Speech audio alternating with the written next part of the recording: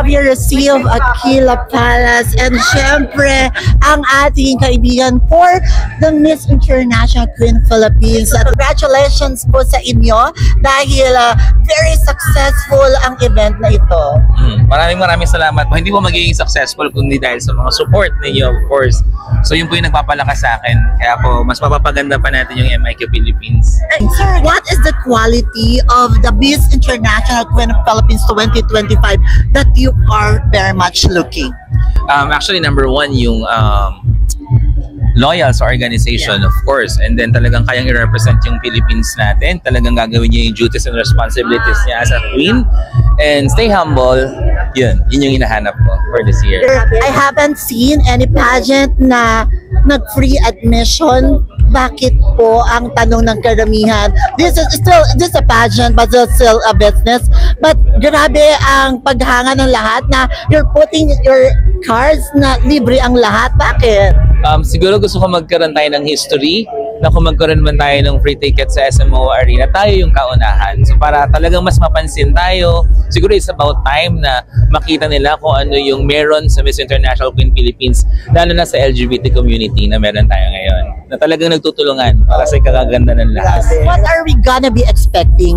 Siyempre pasabog ng ating preliminary round, what are we gonna be expecting on the final night sa coronation para mas pasabog pa yata? Siguro number one, abangan nila yung #MassTP stage. Yun yung pinag-uusapan talaga. Yes. So, siguro it's the first time in the history na magkaroon tayo ng ganung klaseng stage for the LGBT community. So yun yung kailangan mo ring abangan. Kasi for sure. Lagi sinasabi. Yun yung lagi yung abangan. And the production, of course. And of course, yung mga candidates, kung paano sila nag-prepare talaga for this. Yes, kung paano sila nag-transform, kung paano natin nakita yung development ng bawat isa. From the press presentation, to the fashion show, to the preliminary, and of course sa finals, na talagang hindi ko pinabayaan yung mga candidates natin. Gusto ko talaga na lahat sila maging maayos sa stage, o tinulungan ng organization kung sino man yung mga candidates na walang damit, yung mga candidates na nangangailangan ng accommodation, yan. So nakasupport yung organization naman sa lahat ng candidates natin. So sobrang na-appreciate ko kasi na-appreciate nila.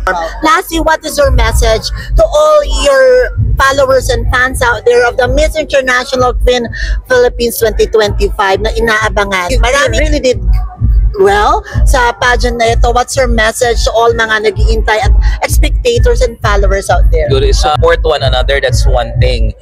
Hindi tayo marirecognize kung tayo mismo yung nagbabash sa bawat isa. So pinaka-importante yung magtulungan tayong lahat, that's one thing. Iwasan natin yung bashing, support natin yung one another kasi I do this transformation para ma-inspire yung mga ibang candidates. Marami pa kasi tayong hindi nakikita. Marami pa tayong kailangan ma-discover ng mga baguhan sa pageant. Meron dyan talagang gustong-gusto ma-experience ng MIQ pero natatakot siya.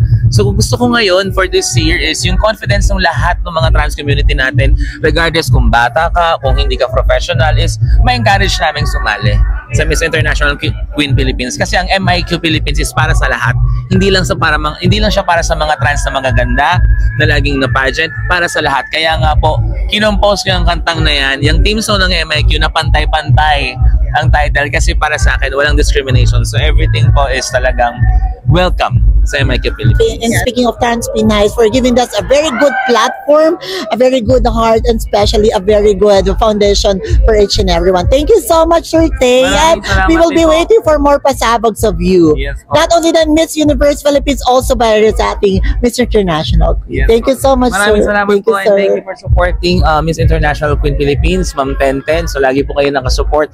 Si Ma'am Tenten po is a part of MIQ Philippines also. I'm so happy na talagang sinuportahan niyo po kami hanggang sa finals. So, maraming salamat. Sir. Thank you so much. Thank you so much. Sir.